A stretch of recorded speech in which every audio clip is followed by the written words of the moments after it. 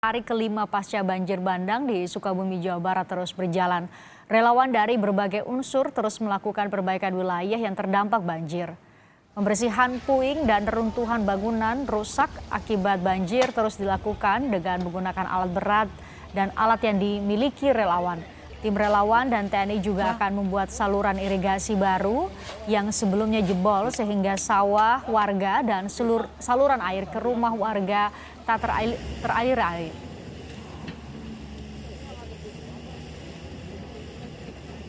Luapan. Kemudian yang kedua, kemarin saya turun ke aliran Sungai Cicati. Kita harus segera membuat irigasi baru karena kemarin saya mendengarkan langsung dari beberapa petani bahwa karena terputusnya jalur air menuju sawah mereka, sehingga sawah mereka sudah hampir kering kemarin sebelum hujan. Sehingga kita hari ini fokus kedua hal yaitu pembersihan puing, kemudian yang kedua membuat irigasi untuk mengairi sawah yang ada di bawah. Sejumlah bantuan bagi korban banjir di Sukabumi, Jawa Barat ditemukan ada yang kedaluarsa. Sebagian bantuan berupa pakaian juga terlihat sudah tidak layak pakai. BPBD Sukabumi meminta warga yang memberi bantuan untuk mengecek kembali kualitas barang yang akan didonasikan. Salah sih, Nah, di sana ini minta pagar mendukung. Tahu pakaian pijenan.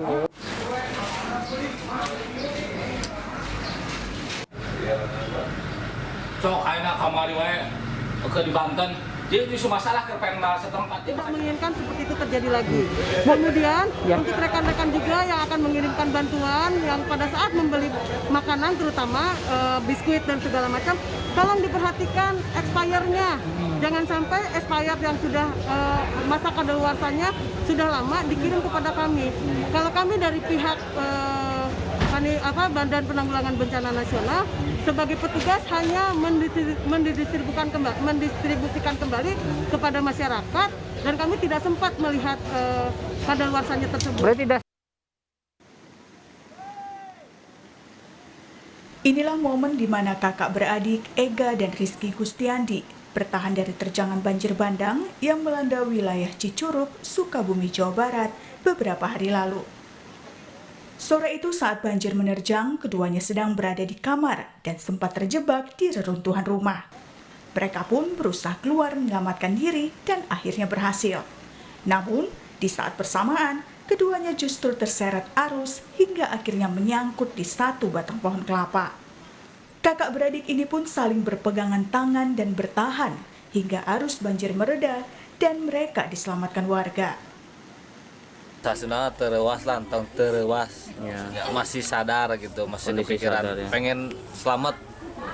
Intinya sih selamatin adek dulu sih sebenarnya. Kalau saya nggak terlalu fokus, selamat yang penting adek selamat, itu aja sih. Terus saat kejadian itu posisi akang awalnya gimana? Lagi di kamar, lagi tidur. Terus? Ini nggak tidur kebenaran. Kalau dua-duanya tidur nggak tahu. Dibangunin sama adek, saya lihat dulu ke depan. Buka pintu, motor udah keguling, udah nggak bisa kemana-mana. Terus? Kini keduanya mengungsi ke rumah kerabat. Meski mengalami sejumlah luka di badan, kakak beradik ini sangat bersyukur bisa selamat dari bencana banjir bandang. Insan Maulana Firdaus, Kompas TV, Sukabumi, Jawa Barat.